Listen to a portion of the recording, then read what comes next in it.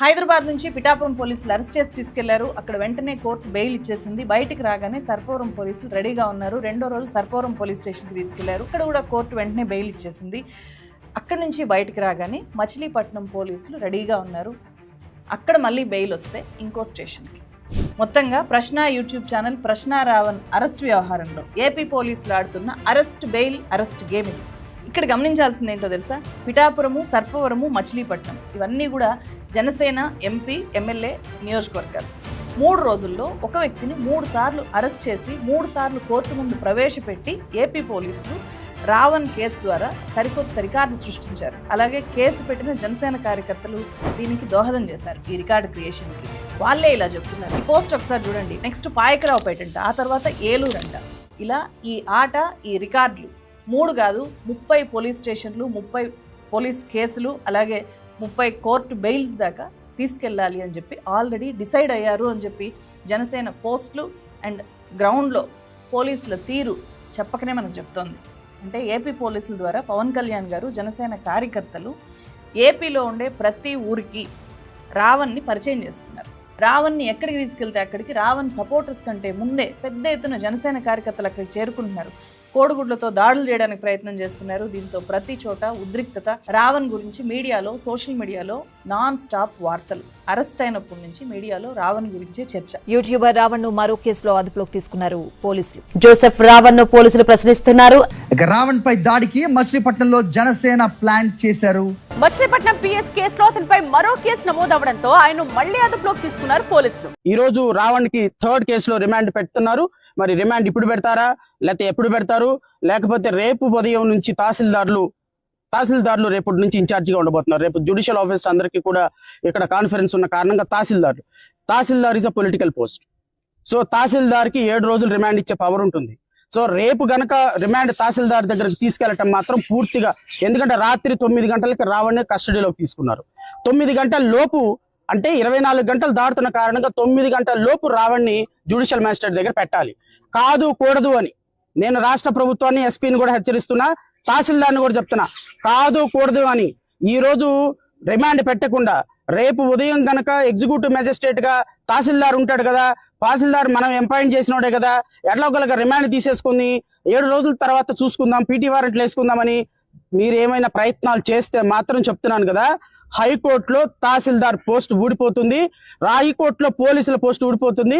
మీరు రాజకీయ నాయకుల కోసం మీ ఉద్యోగాలు పోగొట్టుకోవద్దు. చట్టం ప్రకారం రాత్రి 9 గంటలకు మీరు అతన్ని అరెస్ట్ చేశారు. 9 గంటల లోపు 24 గంటలు అవుతుంది కాబట్టి జడ్జి గారి ముందు ప్రవేశపెట్టాలి. జడ్జి గారు ఏం ఆర్డర్ ఇస్తే మేము దానికి రెడీగా ఉన్నాం. ఎగ్జిక్యూటివ్ మేజిస్ట్రేట్ దగ్గర ప్రవేశపెడితే మాత్రం రాష్ట్ర ప్రభుత్వం కోర్టులో వెంటనే బెయిల్ వస్తున్నా కూడా వెంటనే తన మీద కేసులు పెట్టి పాత కేసుల్ని తాజాగా ఓపెన్ చేసి ఒక కక్ష సాధింపు ధోరణిలో ఇలా అరెస్టులు చేస్తుండడం మీద రావణ్ పోలీస్ స్టేషన్లోని నిరాహార దీక్ష ప్రకటించారు.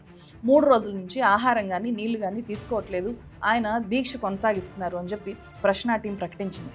ఒకవైపు రావణ్ నిరాహార దీక్ష ఆల్మోస్ట్ 60 అవర్స్ అయిపోయింది తన ఆహారం తీసుకుని.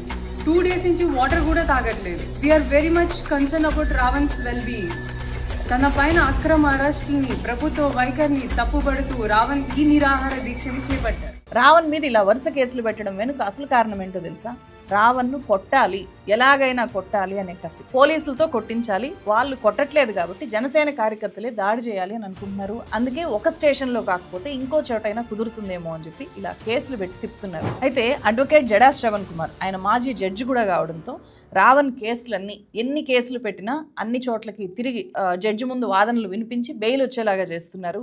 న్యాయమూర్తి గారు ప్రజాస్వామ్యం గెలిచినట్టుగా సుదీర్ఘమైనటువంటి వాదనలు విన్న తర్వాత ఈరోజు తీర్పు చెప్పారు. మళ్ళీ ఇప్పుడు మచిలీపట్నం తీసుకెళ్లారు. నేను మళ్ళీ రేపు మచిలీపట్నం వెళ్తా.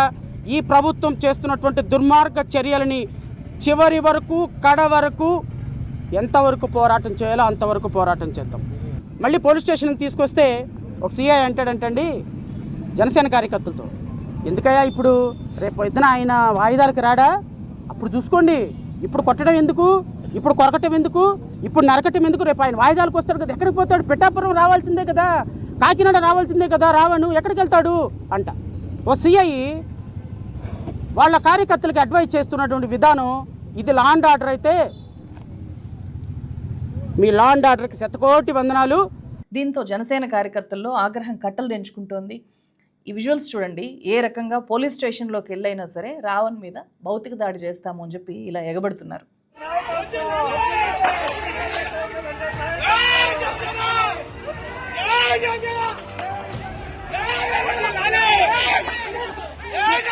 రావణ్ మీద భౌతిక దాడి చేయాలి అని చెప్పి జనసేన కార్యకర్తలు ఎంత బలంగా కోరుకుంటున్నారో చెప్పే ఒక ఆడియో లీక్ కూడా బయటకు వచ్చింది. వినండి ఒకసారి. ఎట్టి పరిస్థితుల్లోనూ రావణ్ గాడి మీద మచిలీపట్నంలో దెబ్బ పడాలి, నేను సిద్ధం. ఎట్టి పరిస్థితుల్లోనూ రావణ్ గాడి మీద మచిలీపట్నంలో దెబ్బ పడాలి, నేను సిద్ధం.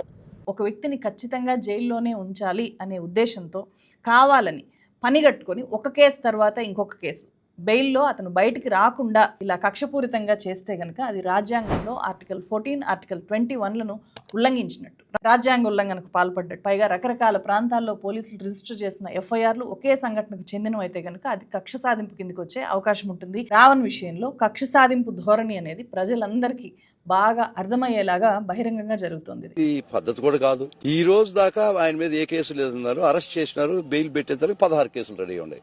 ఒకవేళ అదృష్టవశాత్తు ఈ రోజు బెయిల్ ఇచ్చి ఉంటే ఆడ బయట వ్యాన్ ఉంటుంటది. బయట కోర్టు బయటకు అడుగు పెడుతుండగానే ఇంకొక ఆయన తీసుకెళ్లిపోతాయి. కోడి పిల్లల్ని గద్ద తనుకోబోతాయి, చూడు అట్ట తనుకోబోతారు గద్ద కోడి పిల్లల్ని. రావణ్ని చాలా కఠినంగా శిక్షించాలి అని చెప్పి వరుసగా కేసులు పెడుతున్న జనసేన కార్యకర్తల్ని అత్యంత ఇరిటేషన్కి గురి చేస్తున్న విషయం ఏంటో తెలుసా? కస్టడీలో కూడా ఇలా నవ్వుతూ జై భీమ్ నినాదాలు చేస్తూ బిగించిన పిడికిల్ని చూపిస్తూ రావణ్ ధైర్యంగా కనిపిస్తున్నాడు.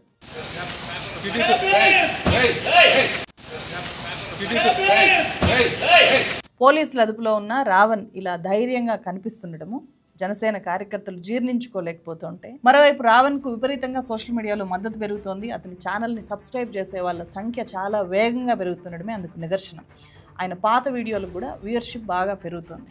ఇప్పటిదాకా రావణ్ ఆంధ్రప్రదేశ్ అంతటా తెలిసిన వ్యక్తేమీ కాదు. ఎందుకంటే ఆయన చాలా తక్కువ సంఖ్యలోనే వీడియోస్ చేశారు. మిలియన్ల కొద్ది సబ్స్క్రైబర్స్ ఏమీ లేరు. చాలా చిన్న ఛానల్గా, పరిమిత సంఖ్యలోనే వీడియోలు చేసిన ఛానల్గా ఉందన్నమాట. సో ఆ వీడియోస్లో కూడా పవన్ కళ్యాణ్ మీద చేసిన వీడియోలు అండ్ పొలిటికల్ సెటైర్లు, ఇలా పొలిటికల్ రోస్టింగ్లు, అటాక్లు ఇలాంటి వీడియోలే ఎక్కువ. కాబట్టి సామాన్యులకు రావణ్ ఇప్పటిదాకా తెలిసిన వ్యక్తి కాదు. ఇప్పుడు జనసేన పార్టీ కార్యకర్తలు రావణ్ అనే ఒక యూట్యూబర్ని తెలుగు రాష్ట్రాల ప్రజలకు చాలా పెద్ద ఎత్తున ఒక పవర్ఫుల్ క్యారెక్టర్ లాగా చేసి ఈ కేసుల ద్వారా చూపిస్తున్నారు. అందరికీ తెలిసేలాగా చేస్తున్నారు. మొత్తం అందరికీ పరిచయం చేస్తున్నారు. అలా రావణ్ పాపులారిటీని ఒక్కసారిగా పెంచేస్తున్నారు. తనని ఇంత పాపులర్ చేసినందుకైనా జన సైనికులకి, పవన్ కళ్యాణ్ గారికి రావణ్ బయటికి రాగానే ఖచ్చితంగా థ్యాంక్స్ చెప్పాలి. జనసేన నాయకులు ఏం చెప్పాలనుకుంటున్నారు? రావణ్ని వరుసగా అరెస్టులు చేయించడం ద్వారా రావణ్ మీద ఎందుకు ఇంత కక్ష? అతను తప్పు చేస్తుంటే ఖచ్చితంగా కేసులు పెట్టచ్చు, అతన్ని అరెస్ట్ చేయించవచ్చు. కోర్టులో విచారణ జరుగుతుంది, ఖచ్చితంగా శిక్ష కూడా పడుతుంది తప్పు చేశాడని నిరూపితమైతే. దాన్ని ఎవరు కూడా కాదన్నారు. కానీ ఇక్కడ జనసేన టార్గెట్ అది కాదు. వాళ్ళ ఎజెండా ఏంటి అంటే రావణ్ని ఇబ్బంది పెట్టడం ద్వారా పవన్ కళ్యాణ్ని ప్రశ్నించే వాళ్ళందరికీ కూడా ఇదే గతి పడుతుంది, ఇలాగే చేస్తాము అని చెప్పి గట్టిగా హెచ్చరించడం, ఒక హెచ్చరిక పంపడం, అతని మీద భౌతిక దాడి చేసి దాన్ని ఒక సక్సెస్ లాగా సెలబ్రేట్ చేసుకోవాలి అని చెప్పి అనుకుంటున్నారు. అది జరగకపోవడంతో ఇప్పుడు ఫీల్ అవుతున్నారు. ఏ స్థాయిలో ఫీల్ అవుతున్నారంటే జనసేన, బీజేపీ సపోర్టర్స్గా ఉండే కొంతమంది వ్యక్తులు మీరు అరెస్ట్ చేయించకుండా ఉండాల్సింది అని చెప్పి ఇలా వీడియోలు పెడుతున్నారు. ఆడికి కావాల్సిందే అది ప్రశ్నగానికి. యూట్యూబర్ కి ఒక డిప్యూటీ సీఎం యాక్షన్ తీసుకునే అవసరం ఏముందిరా?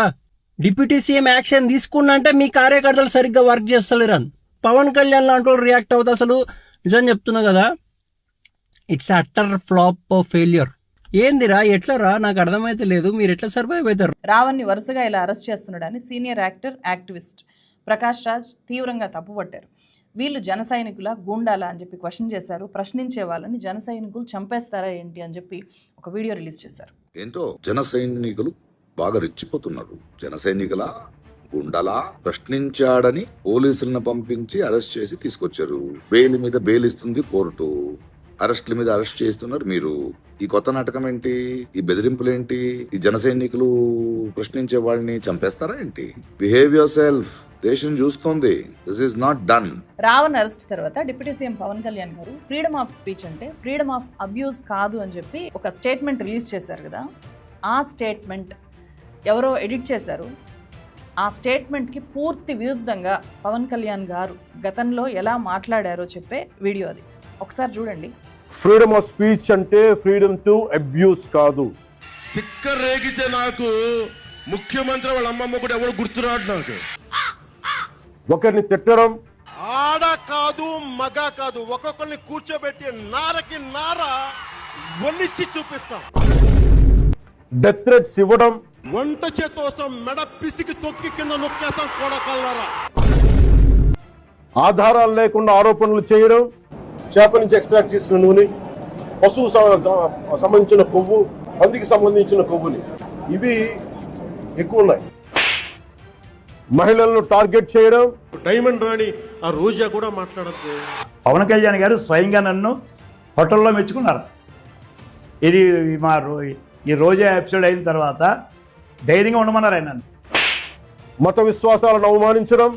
అసలు ఇలాంటి గొడవలు పెట్టింది హిందూ నాయకులు తప్ప మిగతా నాయకులు చేయరు. అసలు వాళ్ళకి ఇంతలా మాట్లాడినా కూడా పవన్ కళ్యాణ్ గారి మీద కేసులు పెట్టలేదా ఎవరు? ఒకవేళ కేసులు పెట్టినా కూడా అరెస్టులు జరగలేదా? పోనీ ఇప్పుడు ఏమన్నా కేసులు పెడితే అరెస్ట్ చేయగలుగుతారా? పవన్ కళ్యాణ్ గారి మీద కాదు, సోషల్ మీడియాలో మహిళల్ని చాలా దారుణంగా, రాజకీయాల్లో ఉండే మహిళలను కూడా అత్యంత జుగుప్సాకరంగా బూతులు తిడుతూ వీడియోలు చేస్తున్న వాళ్ళ మీద ఏమైనా యాక్షన్స్ ఉంటున్నాయా? ఒక్కసారి ఇతను చూడండి, టీడీపీ కార్యకర్త ఎలా మాట్లాడాడో చూడండి. ఇతని మీద యాక్షన్ తీసుకుంటారా కనీసం? ముస్లిం ముంజులు ఒకసారి చేరినాయి. ఈ కాంబినేషన్ కాదంటే ఎవరిది? ఈ లపాకిది, ఈ ఆర్కే రోజా, ఇది ఈ ముస్లిం ముంజులు మాట్లాడుకోవడం చూడండి. గ్లామర్ తగ్గియాలంటే ఏడ పెరిగింది ఇలా గ్లామర్? ఏడ పెరిగిందంట? ఎన్ని సంవత్సరాలు వచ్చినాయి? ఆవిడెవరు? ఎన్టీఆర్ గారు సతీమణి. మహిళల విషయంలో జనసేన ఎమ్మెల్యేల తీరు బయటపడ్డప్పుడు వాళ్ళ మీద ఏమైనా ఒక్క చర్య అయినా తీసుకున్నారా? వినూత కోట శ్రీకాళహస్తిలో జనసేన ఇన్ఛార్జు, ఆమె గతంలో పోటీ కూడా చేశారు. ఆమె మీద అక్కడ ఉండే టీడీపీ ఎమ్మెల్యే స్పై ఆపరేషన్ చేయించాడు అని చెప్పి విస్తృతంగా బయటకు వచ్చింది. నేను గతంలో వీడియో కూడా చేశాను. అలాంటి వినూత కోట తనకు జరిగిన అన్యాయం మీద వెళ్ళి చెప్పుకుంటే ఆమెను అస్సలు పట్టించుకోలేదు. చివరికి ఆమె హత్య కేసులో ఇరుక్కొని జైలుకి వెళ్లాల్సిన పరిస్థితి వచ్చింది. ఎందుకు? సరైన టైంలో పట్టించుకోకపోవడం వల్ల అని చెప్పి ఆ తర్వాత పెద్ద ఎత్తున జనసేన కార్యకర్తలే విమర్శించారు. రైల్వే కోడూరు దళిత ఎమ్మెల్యే అరవ శ్రీధర్ విషయం ఏమైంది? అక్కడుండే టీడీపీ లీడర్ రూపానందరెడ్డి ఈ అరవ శ్రీధర్ని ఒక డమ్మీని చేసేసి పక్కన కూర్చోబెడితే ఈ ఎమ్మెల్యే అర్ధనగ్న వీడియోలతో వీడియో కాల్స్ చేసి అమ్మాయిల వెంటబడి ఒక పోకిరిలాగా మారాడు. ఏకంగా ఒక అమ్మాయిని వేధించి 4-5 సార్లు అబార్షన్ చేయిస్తే ఆమె కేసులు పెట్టింది, వెళ్ళి ఆధారాలతో సహా బయట పెట్టింది. ఆమె మీడియా ముందు పెట్టింది అన్నీ కూడా. ఇతని వీడియోలు, అబార్షన్ల లిస్టు, ఎలా వేధించాడు అని అవన్నీ బయటపెట్టింది. అతను అసెంబ్లీలో నుంచి ఆమెతో వీడియో కాల్స్ చేసిన ఆధారాలు కూడా బయటపెట్టింది.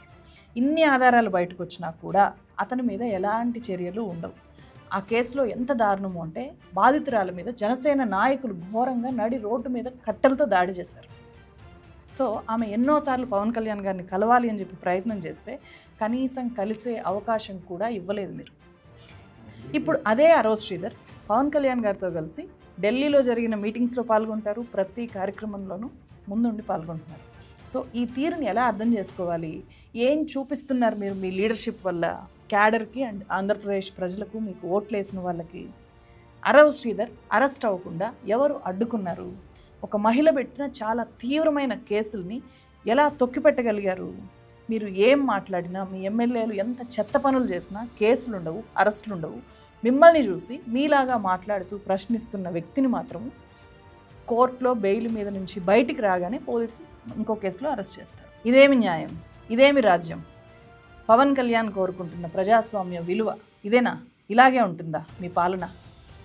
సో ఇలాంటి ప్రశ్నలు ప్రజల నుంచి వస్తున్నాయి. ఇప్పుడు ఒక్క ప్రశ్నని మీరు అరెస్ట్ చేయొచ్చు, ఈ ఒక్క ప్రశ్న ఇప్పుడు లక్షలాది ప్రశ్నలుగా మీ మీదకి వస్తూ ఉంటే ఆ అన్ని ప్రశ్నలకు ఏం సమాధానం చెప్తారు? సో ఈ టోటల్ వ్యవహారం మీద మీ కామెంట్ ఏంటి? చూస్తున్న ఆడియన్స్ కామెంట్ ఏంటి?